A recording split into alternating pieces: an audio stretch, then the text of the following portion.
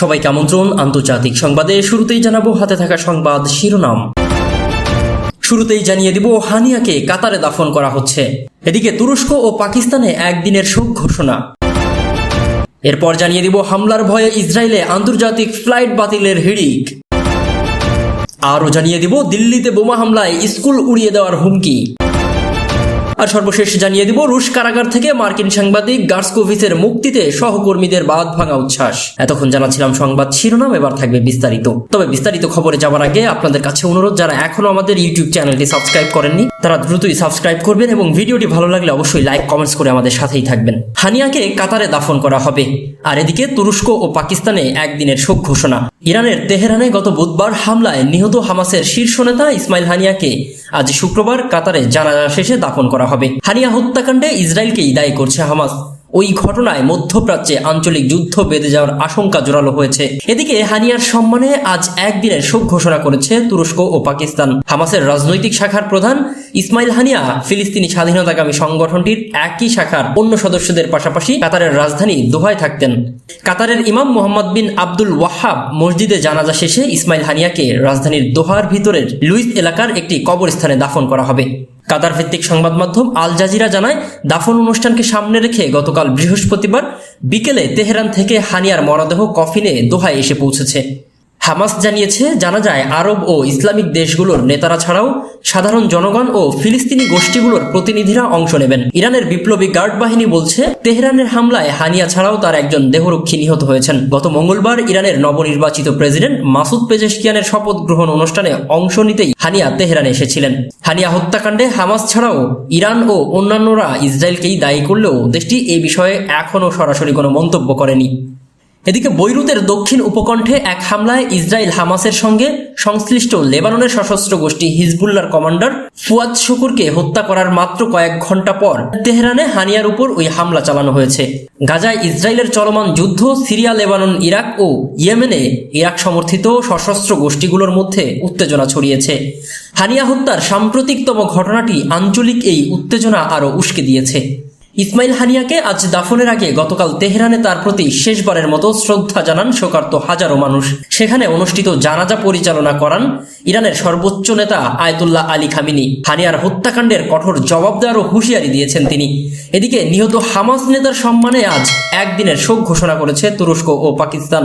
আর Hamas ঘোষণা করেছে ভীষণ ক্রোধের দিন হিসেবে। হানিয়া হত্যাকাণ্ড ও গাজায় চলমান ইসরায়েলি আগ্রাসনের বিরুদ্ধে আজ জুমার নামাজের পর প্রতিটি মসজিদ থেকে বিক্ষোভ মিছিল বের করতে উৎসাহ জুগিয়েছে হামাস। এদিকে হামলার ভয়ে ইসরায়েলে আন্তর্জাতিক ফ্লাইট বাতিলের হিড়িক। ইরানের হামলার ভয়ে ইসরায়েলে আন্তর্জাতিক ফ্লাইট বাতিলের হিড়িক পড়েছে। বৃহস্পতিবার 1 আগস্ট অন্তত 10টি এয়ারলাইন্স কোম্পানি ইসরায়েলে বিমান চলাচল স্থগিতের ঘোষণা করেছে। এমন তথ্যই জানিয়েছে টাইমস অফ ইসরায়েল এবং আনাদুলু এজেন্সি। লুফথানসা গ্রুপের অধীনে থাকা Lufthansa, Swiss airlines, Brussels airlines, Austrian airlines ও ইউরোউইং সহ আগামী 9 আগস্ট পর্যন্ত ইসরায়েলে তাদের সব ফ্লাইট বাতিল করেছে। বৃহস্পতি ও শুক্রবারের ফ্লাইট বাতিল করেছে এয়ার বাল্টিক এয়ারলাইন্সও।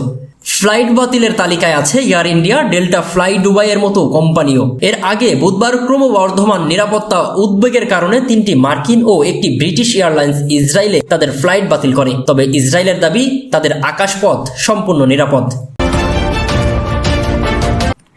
এদিকে দিল্লিতে বোমা হামলায় স্কুল উড়িয়ে দেওয়ার হুমকি।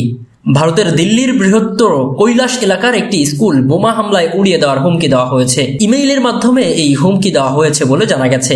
বোমা হামলার হুমকির পর ওই এলাকা ঘিরে রেখেছে আইন শৃঙ্খলা বাহিনী।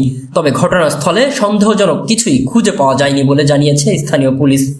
দিল্লি পুলিশ এক বিবৃতিতে বলেছে, দিল্লির বৃহত্তর কৈলাস এলাকার একটি স্কুলে বোমা হামলা দিয়ে উড়িয়ে দেওয়ার হুমকি দেওয়া হয়েছে। ইমেইলের মাধ্যমে এই হুমকি দেওয়া হয়, যাতে লেখা ছিল গতকাল বৃহস্পতিবার ওই স্কুলে বোমা রাখা হয়েছে। তবে এখনো পর্যন্ত তদন্তে কিছুই পাওয়া যায়নি। আইনি পদক্ষেপ শুরু হয়েছে।